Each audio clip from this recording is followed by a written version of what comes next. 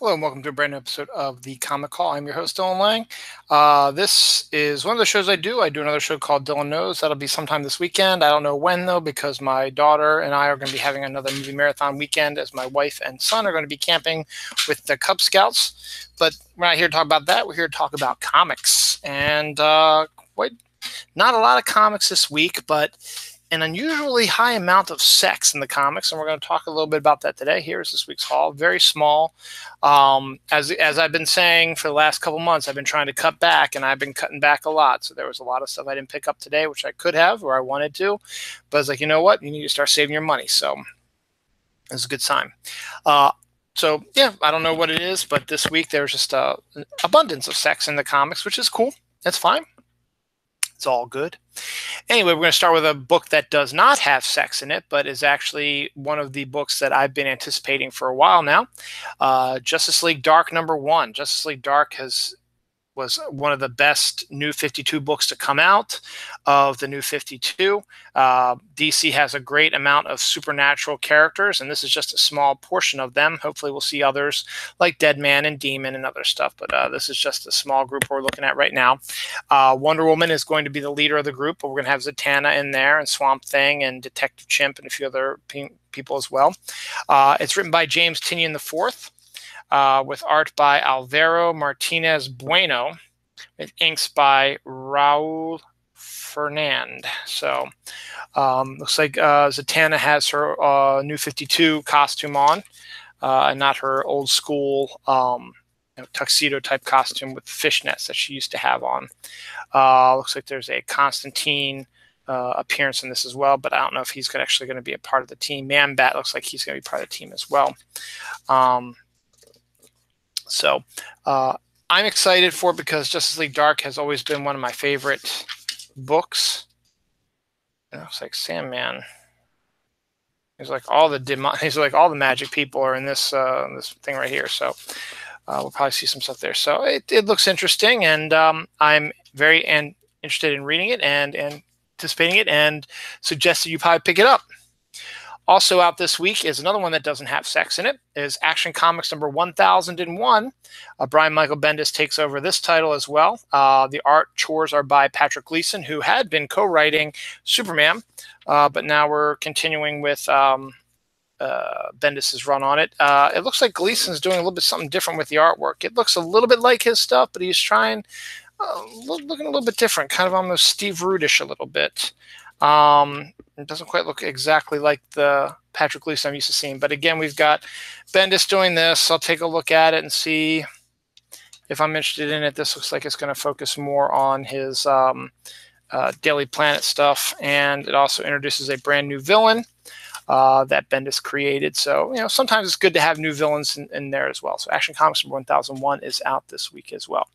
So you get Justice League Dark #1 and Action Comics 1001, both good books to probably pick up to begin your week if you want to get some new stuff to check out. Definitely worthwhile to check out. Let's see if I can pull that down a little bit because that light's getting annoying. Next up, we have Flash #51, the Flash War Epilogue, which also leads into Crisis in I don't know, what is it? It's going to be Tom King's doing a book about superheroes who are having a little bit of trouble, Heroes in Crisis. And it's looking more and more like Wally West is probably going to die. He just came back, and now he looks like he's going to die. So we'll see what happens, because there's a Flash is going to die in the Heroes in Crisis book. But this is written by Joshua Williamson with art by Scott Collins, and focus on the epilogue to the Flash War. So we'll see what happens. The new story arc starts next week. Joshua Williamson, along with James Tynion IV, are connected to Scott Snyder and his whole Metal thing, where everything is changing because of what happened in Metal with the source wall being broken down. So you're going to start seeing a lot of stuff in both Justice League Dark and Flash 51 and the Flash, so you'll be seeing some stuff. We have the final issue of Mara's miniseries, Mara, Queen of Atlantis. The trade will probably be out in time for the Aquaman movie. It's written by Dan Abnett with art by Lan Medina and inks by Norm Rapmud. Mara is a great character. She deserves her own series, or at least another mini-series as well, where she's not an Aquaman shadow, because she's a strong enough character. And Dan Abnett is a really good writer when it comes to doing that. So if you haven't been following Mara, maybe your store will have the previous issues, or you can wait for it to trade, but the final issue is out right now. Here's another number 6, but it's more of a disappointment because I'm not really digging this story. You know, it's supposed to change the whole world as we know it. Doomsday Clock number 6. This is the first of the Sex comics, so you actually get actual sex in a DC comic. I think it's in Shadow.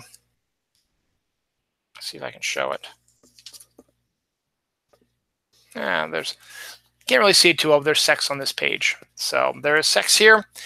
Gary Frank's artwork is amazing, but I'm just not digging the storyline with the Watchmen and the DC universe overlapping. It just seems sort of like overkill and dumb. Plus, the Joker is playing a big role in this, and I'm not the biggest Joker fan in the world. So it's a pretty book, but in the end, it's not doing anything for me right now.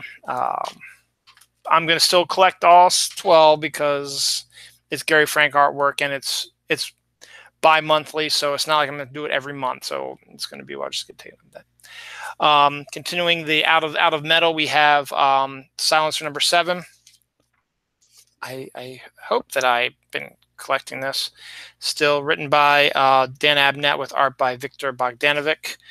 Inks by Jonathan Glapion and Bogdanovic. So Silencer is one of those great series. It had John Romita Jr. was the original artist on it, but he's just did the first story arc and he's gone. And now we have Viktor Bogdanovic. So we'll see what happens with that. Also, one of the other ones I get is a Terrifics number 6, written by Jeff Lemire with art by Joe Bennett.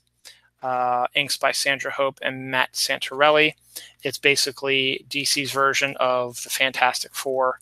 And Jeff Lemire is a pretty good writer, so I will maybe keep up with that, but we'll see. If I need to start making cuts again, those are going to probably be the next 2 I'm going to cut out. Next, we have the only Young Animal book I'm still collecting. I still like Cave Carson, but I need to start cutting somewhere, and I might be cutting this soon. But I just love Mother Panic, and it's just such a great character, great costume, great idea. It's written by Jody Hauser with art by Ibrahim Mustafa. I just like the character in and of itself, and it's Gotham City set and is different. So she's partying, but there's no sex in that one. So there was sex in Doomsday Clock, but that's it. But don't worry, we're getting close to more and more sex, because now we're getting to Marvel, and the first book I picked up is all about sex. It's Mr. and Mrs. X, number 1. For those who don't know, the big story was that Colossus was supposed to marry Kitty Pryde, which would have been fantastic, awesome, but then they decide, hey, you know what? We're not going to do that. And Kitty Pryde left Colossus at the altar. But instead, Gambit and Rogue decided they were going to get married, so they did, and now we have Mr. and Mrs. X. I got this mostly for a few reasons. One, Kelly Thompson is the writer, and she's fantastic. Second, I'm decrying the loss of married couples and how the comic book world doesn't seem to be focused on them.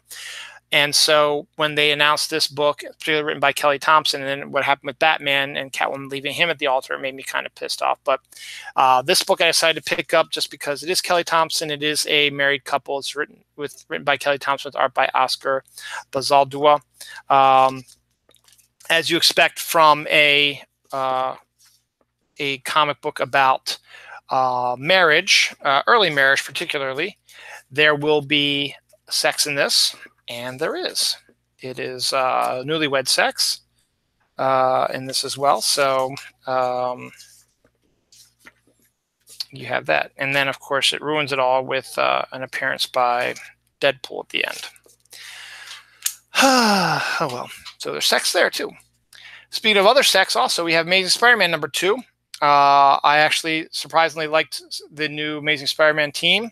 I didn't think I was going to like it with Nick Spencer writing it, but he is bringing back a lot of the old school villains am changing things up in Spider-Man's origin, and also has decided that he wants to get, once again, as I'm talking about married couples, wants to get Mary Jane and Peter back together. This is written by Nick Spencer with art by Ryan Ottley, inks by Cliff Rathburn. So this is the, let's see, be our third book that has sex in it as well. So Mary Jane and Peter Parker seem to be back together, which is good. And then the Lizard is teaching Spider-Man science, which is pretty cool.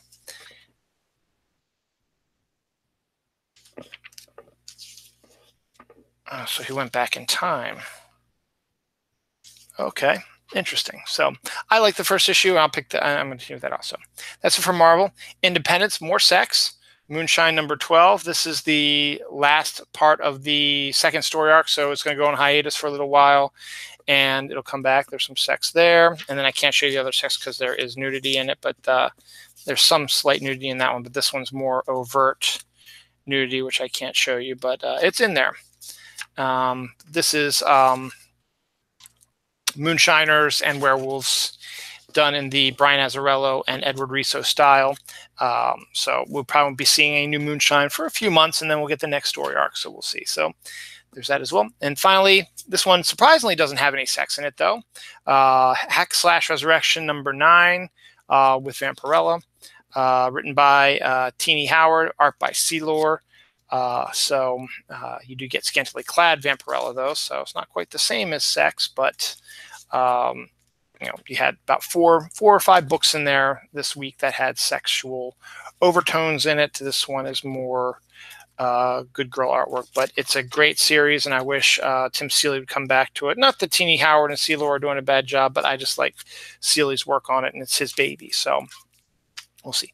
So that's it for you. So I hope you enjoyed the Sex in the Time of Comics episode. As I said, not a lot of books came out this week that I'm buying. As I said, I'm looking to cut down on some stuff. Next week looks like it might be a little heavy again, but again, I might have to start cutting down on some stuff, and we shall see what that is. What's the big one that's coming out? There's like a new #1 coming out next week, and for the life of me, I can't think of what it is off the top of my head. So some new stuff coming out next week, and that's it. If you are a fan of Marvel, as I said, I only had those 2 books, but Marvel's big summer event started this week with Infinity War Prime, and then issue #1 comes out next week. I've had it with crossovers, but if you're interested in getting in on the ground floor, Infinity War and the Infinity War storyline, or any of those other books that I just showed you, the #1s I just showed you, particularly Justice League Dark would be a fantastic one for you. Go to your comic book store. If you don't know where your local comic book store is, go to the Comic Shop Locator Service. Search engine, go to your search engine, type in Comic Shop Locator Service, or CSLS. Look for the response, see if you can find the right one. Click on it. It should go take you to the CSLS website. You'll have a box to put your zip code in. You write your zip code in. It'll give you every comic book store within about a 20-mile radius of your house, so you can decide which ones you want to go to. They also have links to their web pages if they have one, and their hours and specials, stuff like that. My store is doing their Christmas in July special this week, which is very similar to their We're Not Going to San Diego special. So they just decided to change the name of it, but keep it up. 50% off a ton of stuff, 40% off a bunch of stuff, 60% off a bunch of stuff. So if you're in the Reisterstown area, check out Cards, Comics, and Collectibles. They've got a great sale going on. Plus their new store is amazing. Or just check out your local store wherever you are and see if they have anything special going on. Pick up some of these new books. See some of the books. As I said, this is just taste. There's still a whole bunch of other books that have come out this week as well that I did not get. So if you're interested, go ahead and pick those up. On that note, I am going to say farewell, and I will see you next week with the new comic call. My show, Dylan Knows, will be sometime this weekend. I'm not exactly sure when I can fit it in, but we'll try to fit one in there. Okay, take care. Bye.